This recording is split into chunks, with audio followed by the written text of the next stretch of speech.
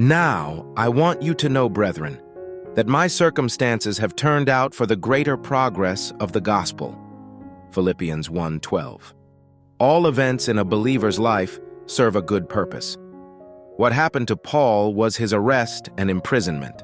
This did not discourage him or caused him to murmur or complain. He believed what he wrote in Rom 8:28, which says, "And we know that God causes all things to work together for good to those who love God, to those who are called according to his purpose." If we were in Paul's place, at first we would be discouraged, and it would make us feel hopeless. We would see it as an obstacle to spreading the gospel. But what some may consider an obstacle to the advance of the gospel might actually serve to advance it, and seeming disasters may turn into blessings. As we continue to read Philippians 1, verses 12 to 14, it says, "Now I want you to know, brethren, that my circumstances have turned out for the greater progress of the gospel, so that my imprisonment in the cause of Christ has become well known throughout the whole Praetorian Guard and to everyone else, and that most of the brethren trusting in the Lord because of my imprisonment have far more courage to speak the word of God without fear." Indeed, many were trusting in the Lord because of Paul's imprisonment. His story is an inspiration to us believers who have gone through hardships and persecutions, that even these hardships are God's way to help others. We might not see it now, but later we will. In God's hands, all events in a believer's life serve a good purpose. Like if you believe in God, and do not fear those who kill the body, but cannot kill the soul.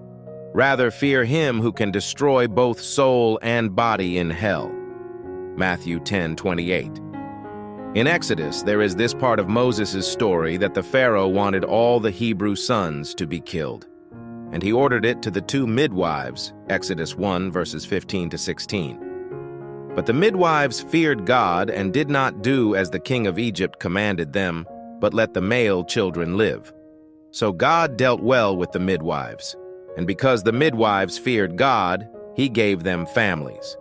Their story teaches us that no matter how powerful man is, no matter what the authority order, if what they order is against God's law, we should not obey them.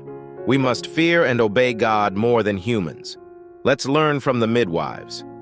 Through their obedience to God, God blessed them. Let us stand for the truth, even if disobeying rules that men imposed. Another example is Daniel and his friends, Shadrach, Meshach, and Abednego. They didn't eat the food that the king commanded, for they were faithful to the Lord, and they didn't want to be defiled by the food and wine. They didn't serve and worship the idols and golden image that the king had commanded them to bow down to. This had put them into punishment by throwing them into burning fiery furnaces. But God protected them when they were thrown into a burning fiery furnace.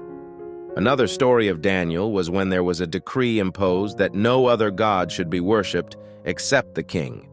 But Daniel didn't obey with the king's decree. He worshipped and prayed God 3 times, which was the reason that he had been thrown into the lion's den.